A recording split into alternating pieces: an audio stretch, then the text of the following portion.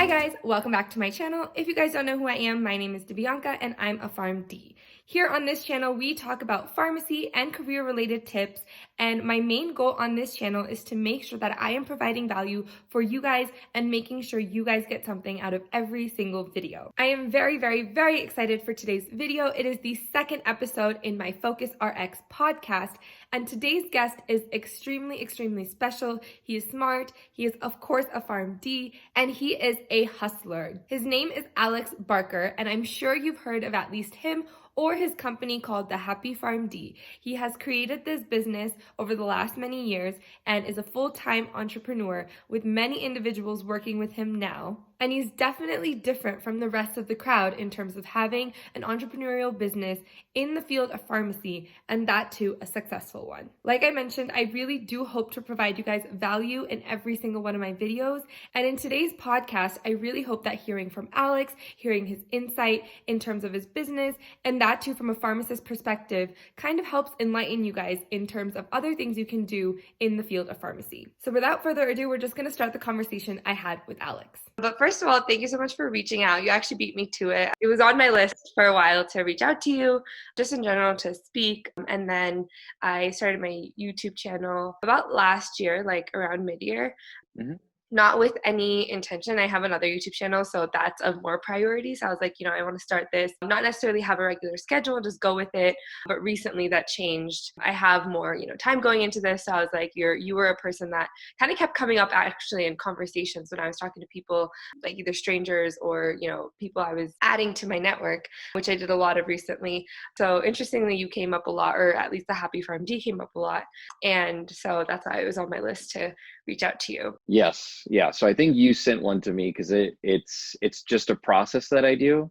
Mm-hmm. I do it for like everyone because most people on LinkedIn just send connection requests and like never have a conversation.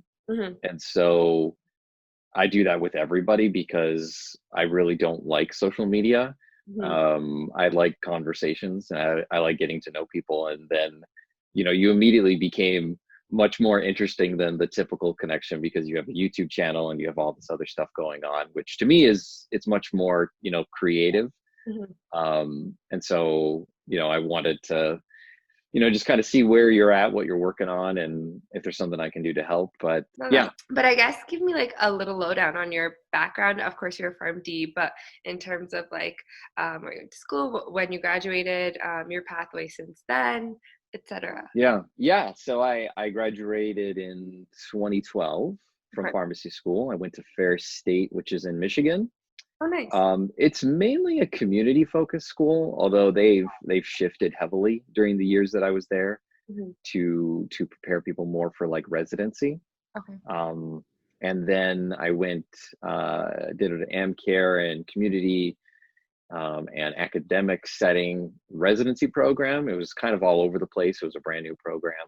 Mm-hmm. And then I went to work for the VA in AmCare. And I did that for like 5 years, just over 5 years. And I quit in August of 2018. Okay. And I've been doing the Happy PharmD, ever since.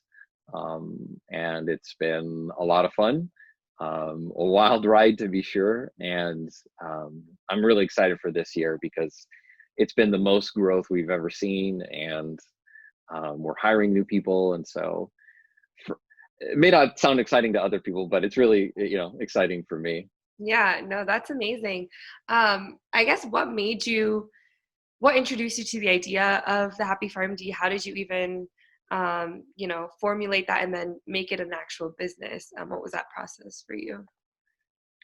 Really long and arduous. So I like as soon as I started practicing pharmacy for realsies in 2012 and 2013 in my residency, Yeah. I had this realization of I don't know if I want to do this forever. And I did think that academia was like my long-term goal. But I also had a 2-hour commute every single day, practically every day. And it was awful. So I filled up my time with podcasts, and I spent a lot of time like learning about personal finance, and that led me into leadership, which led me into business. And that's when I realized this idea of, oh, you could create something and be paid for it, you know, over and over again. Um, and so I got my feet wet, and I did a lot of stuff from like 2012 to 2017. Coaching was one of the things.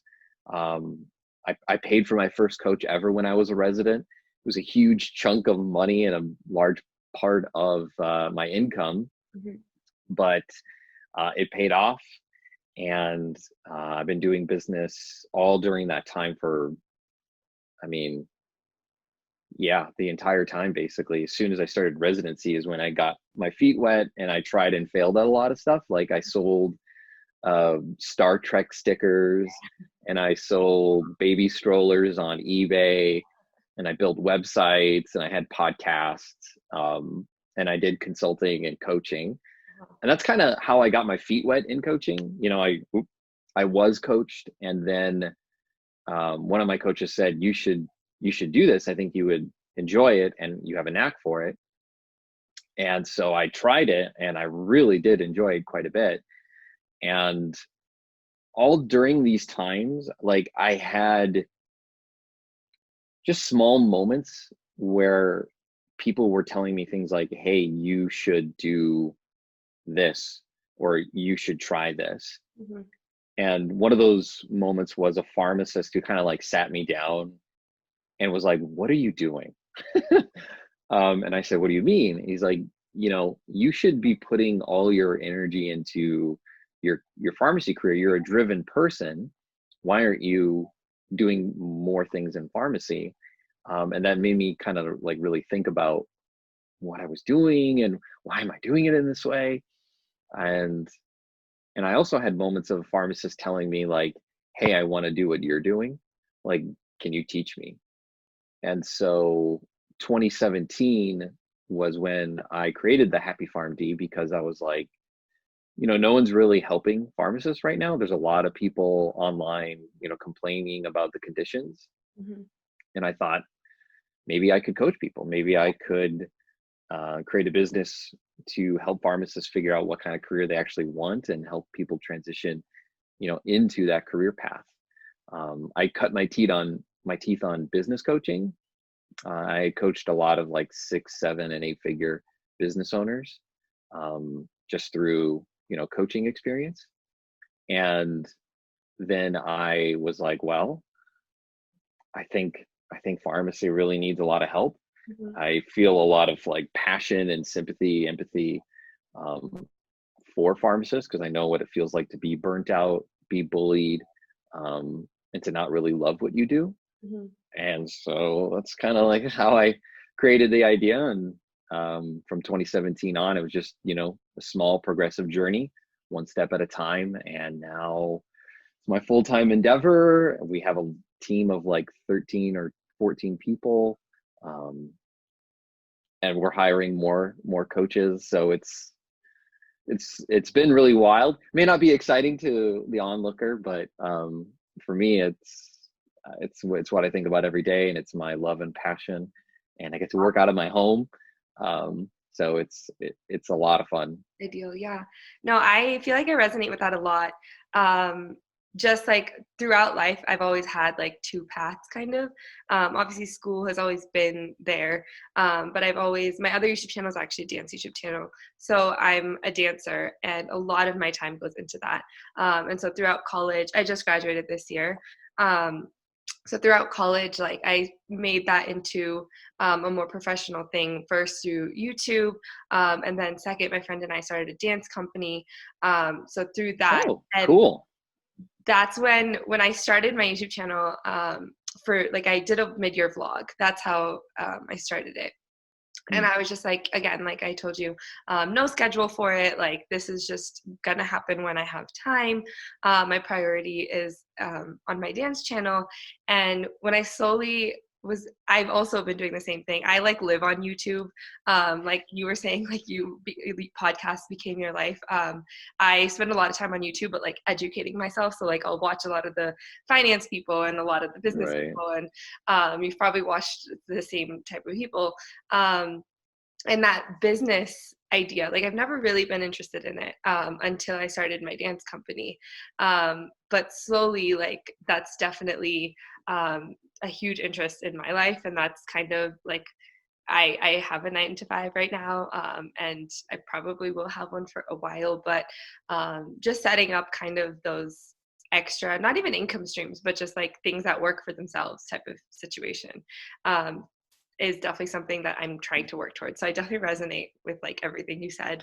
And I feel Did like I'm on you that pathway just way, way, way at the beginning.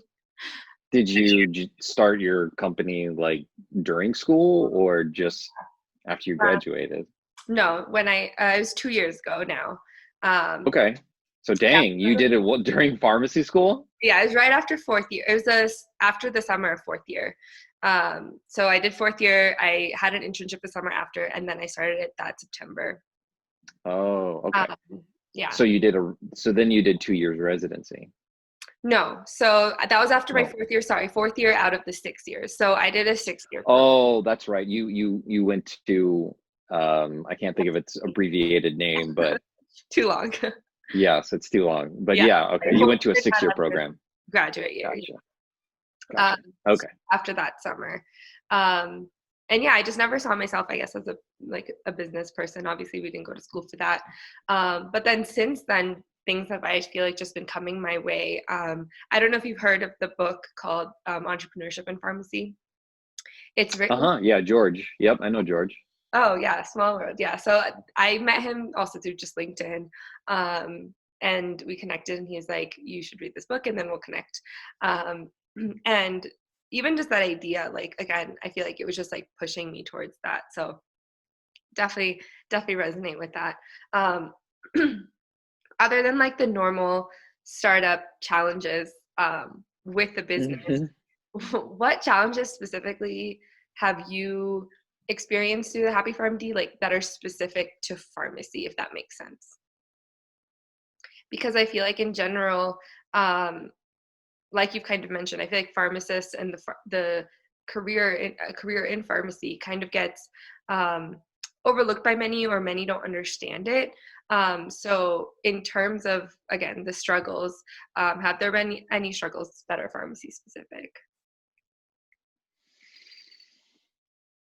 Yes, of course, there's struggles with business. I'm thinking pharmacy specific.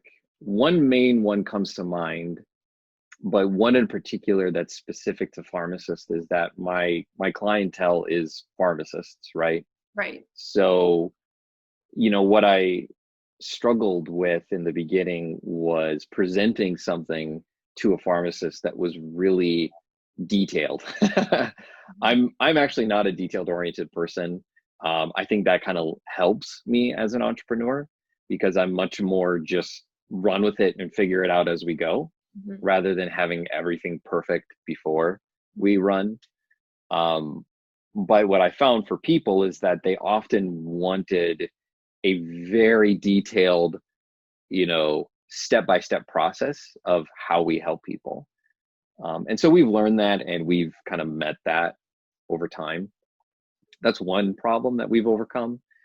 But I would say like the biggest challenge that I had was figuring out for a moment that I was having an identity crisis.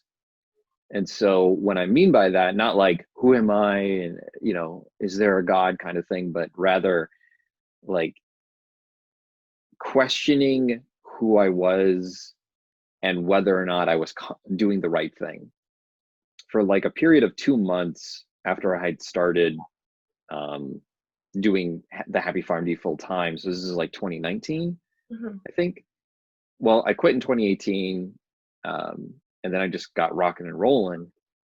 And around 2019, I had realized like I was constantly questioning myself, like, am I doing the right thing? Should I be doing this right now? Um, is this the best way to go about things? Mm-hmm. Which wasn't like me. Like I was always running really fast and just making quick decisions. And it's, people who have followed me for years know that like things that we do are not always, it's not 100% perfect. Mm-hmm. And what I realized is I had gone through an identity transition that for the longest time, I was a pharmacist. That's who I was. And that's what I did. And it's how people knew me. And because of the change in roles and jobs, I had a lot of just internal doubt about what I was doing and if it was going to work out and who I was as a person. And so actually I just hired a coach to help me figure out where is my zone of genius in this new role and how do I spend more time going in that direction. And I discovered, the lane that I kind of need to stick to, and that where I need to be focusing the majority of my time. And I got to that place, which was really great. But that was probably the biggest challenge that I've had to overcome in 2019. There's definitely been a lot of challenges this year, but 2019, that was the biggest challenge for sure. That's amazing. When did Could you we pause for a second? Yes. Could we pause? Sorry. No worries. Hopefully you can edit this out. No worries. Oh, shoot.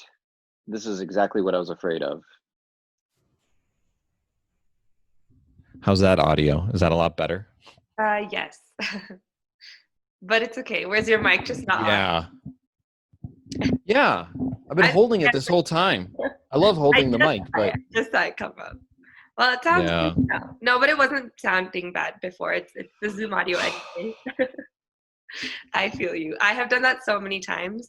Actually, in one of my last YouTube videos, I record my audio on my phone and I sync that to my camera. And at one point it went out. And I didn't have the audio for it. I realized way too late. So I just took the audio from the camera and someone was like, I think your EQ went like off for a while. I was like, no, that happened. I just don't know what to do about it. Yeah. So those audio nerds will pick up that my mic now is on. But I guess when was that transition between, this being a side hustle to you knowing, okay, I need to put in my full 40 hours or more a week to this. I know that this is sustainable. And I guess what factor made it sustainable? Was it the amount of clients that you had? Was it that you were, getting people on board at that time? How was that transition? So something that I've learned from business coaching is that you have to have a system for everything. If something doesn't have a system for it, then either it won't be measured, it won't be done, or worse off, like there will be no changes. Right. So one of the reasons why I actually even launched the Happy PharmD was a dark thought. And it was that I surround myself with other people who are doing things that I want to do, like have, 6, 7, 8-figure businesses. And I had been in a mastermind group of other entrepreneurs for 2 years in 2016. And all of them had left their jobs. And I had this dark thought of, why am I still at my job? Mm-hmm. And it was a shameful thought. It was me kind of beating myself up about it. And I told the group this. I wasn't really happy to share this because I was embarrassed. But a great epiphany came out of it, which was, Alex, you need to stick to one thing. You need to not focus on all these different things that you're doing. And at the time I was working, 45 hours a week and I was doing multiple projects throughout the years. I had this tendency to do a project for 6 to 10 months. And if I didn't get the results that I wanted from it, then I would switch. I would do something else. And so January of 2017 is when I said, okay, I am going to build one thing and put all of my energy into it. I won't deviate. I will not change my mind. I will just do this. And if at the end of, I think it was 12 or 16 months, I can't replace my income, then I will quit and I'll figure something else out, or I'll work for someone else, maybe as a coach. I don't know.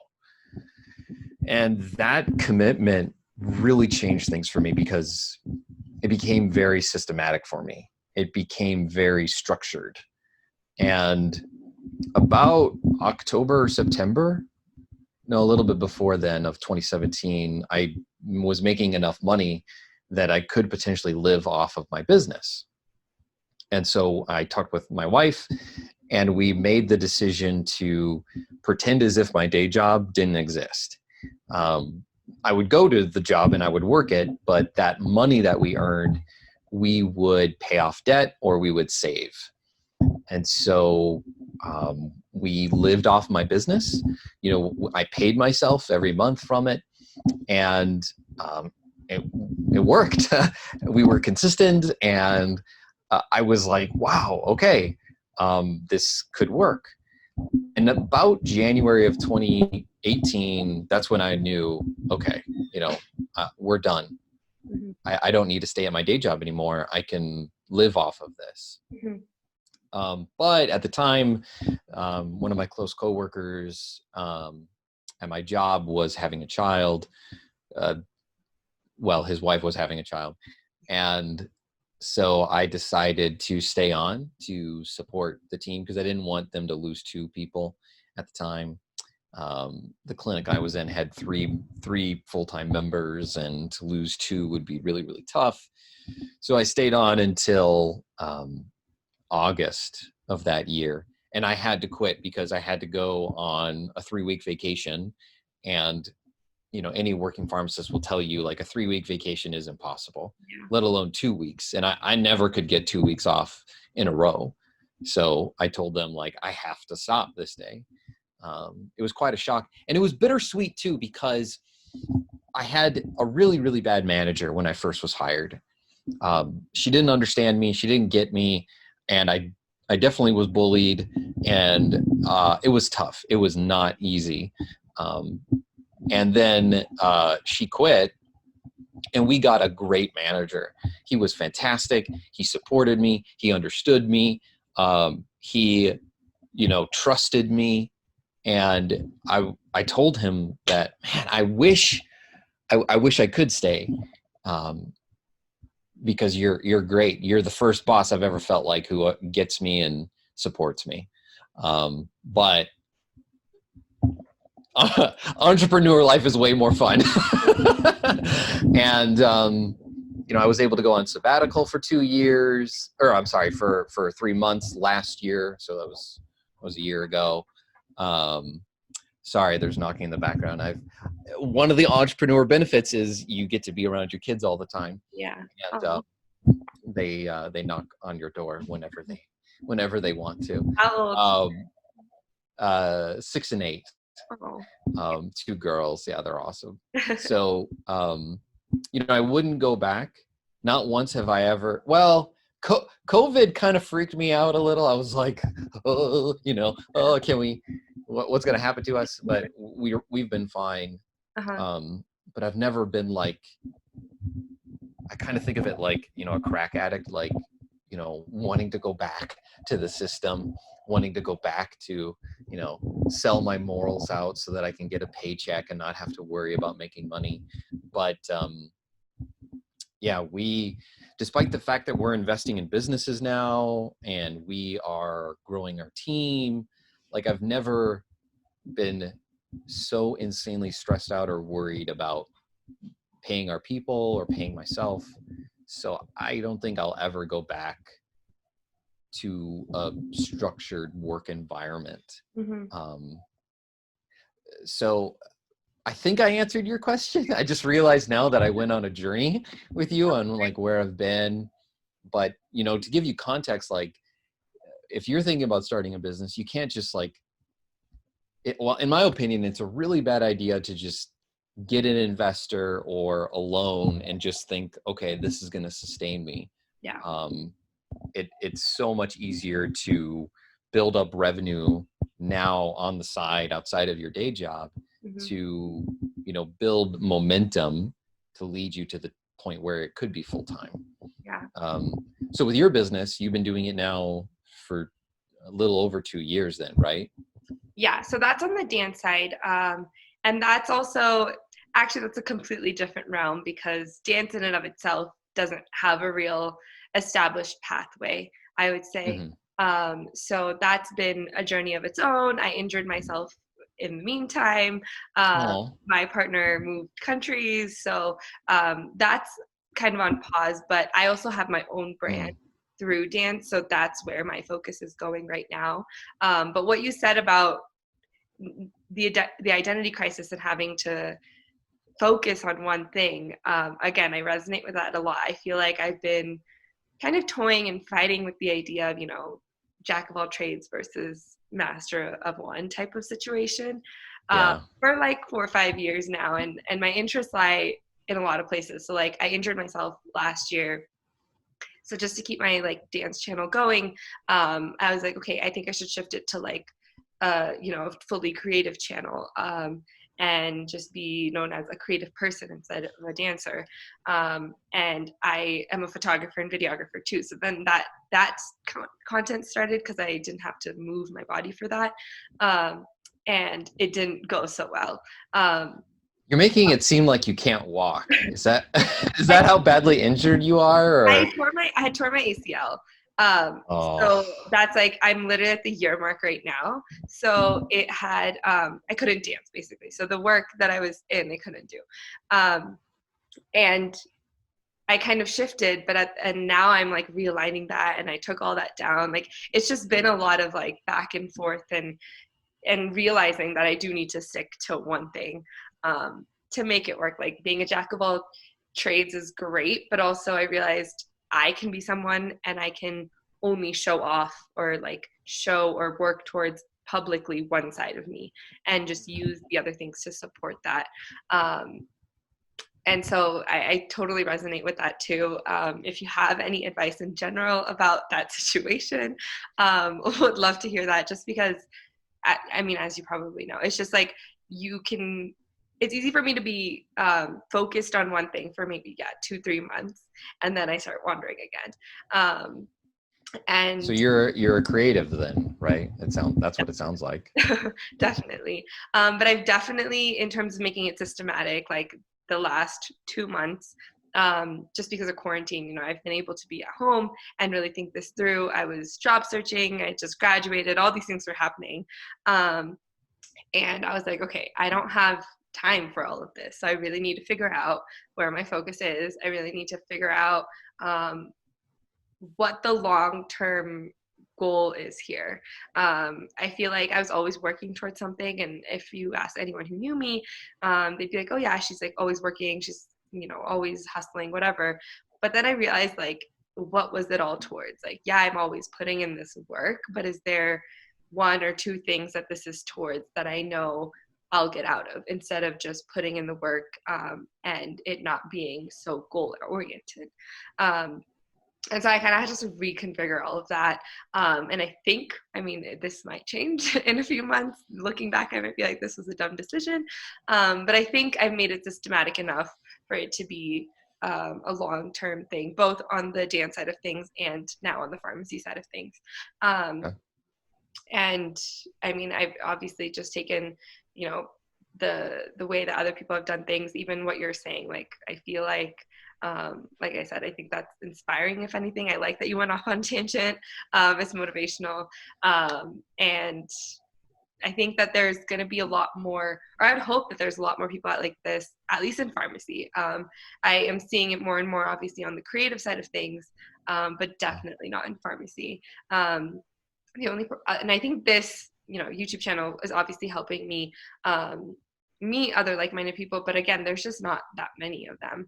I think No. like you're the only one that I've talked to like this. The only other one, you might have seen him on LinkedIn or even talked to him, Jefferson Pike. They have this basically website and podcast, but it's totally like voluntary, and it's just to spread information on the industry side of things, for students, but again, like they're still in school, so it's not, it might turn into a business one day, but I don't know. They're definitely not there right now, so I think that that link is missing, and so many people are so far gone down this path in a good way, in the entrepreneurship path, like in the world, and I feel like the pharmacy sector of it is just lagging. Yeah, your assessment is correct. I think when I started, there was maybe like 10 or 12 like online people who had a website and were talking about this stuff. Now there's significantly more people. But I started like writing for Pharmacy Times, I think back in 2014. And there wasn't like a pharmacy influencer. There was nothing like that out there. We saw it all over the place with like doctors, nurses, other healthcare practitioners, but not in pharmacy. And I think all it took was just a few people, getting out there and saying like, hey, I'm doing something. And now we're kind of seeing this renaissance finally in pharmacy where people are talking about, other stuff, Right. either in conjunction or related to pharmacy. Like you are probably 1 in a million, right? A pharmacist and a dancer. There's not very many of you. One of my newest coaches who's on our team now, she's a pharmacist, obviously, and she also is like a professional musician and singer, and her music's been like in featured, Turkish films. So, we are seeing more people with that creative side come out, but unfortunately with our pharmacy career path, there are very few opportunities to use that kind of creativity. Like if you figure out how to meld dancing and pharmacy, like I'm going to be your number one fan. I don't know how, but I wouldn't say it's impossible. I mean, as of right now, my strategy on that is keeping them very separate. So like, yeah, that's probably smart. At all. They're very different audiences. But I guess, yeah, I think at a certain point, people, if they start to get to know you as an individual and not as a pharmacist or not as a dancer, then you can kind of melt that as like, I guess, a blogger type of situation, to be sure. Like pharmacist, I'm on this. And I feel like I've been seeing a lot of that, like you said, in like the MD world. So I think it'll take time for it to come this way. But I guess I just want to shift a little bit to like the actual work that you guys do at Happy PharmD and your clients and all of that. From my understanding, you guys help clients transition to other work careers, correct? Yep. Okay, awesome. Within that, I guess, how long does the process take? How long is the whole coaching process? Is it a very, long-term thing? Is it, a few months and then they kind of work at it by themselves? How does that kind of work? So when we start with someone, typically we want, it's a 3-month minimum commitment. The ultimate goal for our coach program is to help people transition into a better or a dream job. Mm-hmm. And you can't expect to do that, in a week or even a month. Yeah. It's just like a physical trainer. You don't go to the trainer one day a week and all of a sudden you've got 6-pack abs. Mm-hmm. I know that for sure because I go to the gym 3 times a week and I still have, my small gut. I'm not. Yeah. So anyways, what a coach does is essentially help you go towards your end goal faster than you would on your own. And our coaches are trained in coaching, but also in the pharmacy field. And so we've got a vast array of coaches in different fields, from pharma to AmCare to hospital to academia. And we help create the strategies to move people from where they are to where they want to go. We typically work with people anywhere from like 3 to 6 months. And for business people though, like pharmacists that like want to either grow their business or get something started, that process does take longer. I'm working with a gal right now who's trying to start up her functional medicine practice. And in the beginning, it takes so long to get things started when you're going from scratch. The people that I really enjoy, is because we see so much momentum happen faster, is when they've got a practice, they're bringing in, revenue like 10 to 15K a month. And then you take those people and it's a lot easier to get bigger and faster growth when you're at that point. And beyond, of course. But those contracts usually last longer because there's so much more to work on. With career development, the process for our coaches is fairly simple. We teach them our process and our systems and our strategies. And ideally, it's not just like hacks. Like there's career hacks out there, there's networking hacks, and you can do those things, but they typically don't stick around. Our goal with everyone we work with is to help people create an indispensable career, one where your next job opportunity will pursue you. That's one of the qualifications for our coaches, is that, we typically ask the question, when's the last time, a jobs manager or a manager, sought you as a candidate? We typically don't work with people who, have struggling careers. And that's where we want our clients to get to as well. So, because the problem right now in our market is that it's so saturated, and, you're the bottom 1 out of 100 applications. How do you get from being not noticed to being a standout candidate? That's what we work on with people. And right now we have 6 coaches, and we are probably going to be hiring 4 more here very soon. So, I would put us at around, I think right now we've got like 40 or 50 active clients.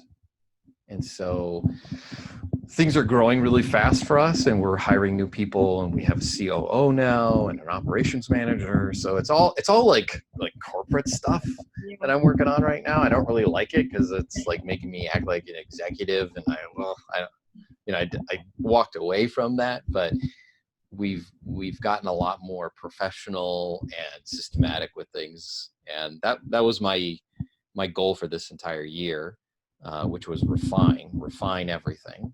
And so that's what I've been working on, is getting everyone up to speed and more systematic. But that was a little bit of a tangent. Sorry about that. But yeah, that's what our program helps people with. Awesome. And what kind of careers have you, I'm sure like a huge array of types of careers. Yeah, all over. Does it span outside heavily? Does it span outside of the normal retail clinical industry, or? Yeah, very much so. We're doing a better job at tracking now. We haven't in the past. But the vast majority of people we work with are in hospital, community settings, some managed care, long-term care, and even in pharma as well, executive levels. And we help them identify, where's a dream job, and where's a company that you want to work at? Where do you see your career going in that future? And we help them go that path. We've identified about 50 different pharmacy career paths that people can go down. And we use assessments and validated tools to help people identify where's that best fit. And it's all over the place. About 95% of our clients transition into another pharmacy career, but there are 5% of people that are transitioning into other things. Like we have a new client right now that wants to get into comedy. We've helped people get into technology, coding, finance, real estate. I just love saying that we're helping someone get into comedy like that. Well, that's awesome. Yeah, it's very different, and it kind of hits at like a childhood dream of mine, because like I wanted to be a comedian from a very early stage, but was not encouraged to pursue that path. So, and pharmacy school, I think, beat the funny out of me. Like I do not think I'm funny anymore because of, just how vigorous the training was, and you can't joke around, you can't be unprofessional. Yeah. And I think you can tell by my demeanor in this interview, like I don't take myself very seriously. Like I should be wearing a polo and I should be wearing a button-up shirt, and You work from home. I don't like that stuff at all. Yeah. No, I agree with you. But that resonates with me as well. Not being able to pursue something that I think or I guess you think, that's always kind of been my thing. My mom was always like, just like, I've been a dancer since I was 4, but she was always like, just wait. Like, why are you doing all this during school? Just wait until you graduate. And I was like, no, you don't get it. Like, why would I want to start from scratch when I graduate? Like, doesn't make sense. But no, that's awesome. I think that I'm sure you didn't start out with the scope of, helping people transition to other types of careers outside of pharmacy. So that kind of speaks to your model and your business anyway. And now that it's growing so much, congrats. That's awesome. Even through COVID, I'm sure it was a transition and it was a hard time, but that's awesome. I guess outside of coaches and outside of like the corporate structure that you have to now put in, just because of the size, how do you see your like the Happy PharmD growing in terms of the types of people? Will it always kind of just be coaches and then the executive structure, or do you see it going outside of that? Yeah, the future is really, really bright, in my opinion. The future for our company is more business for sure.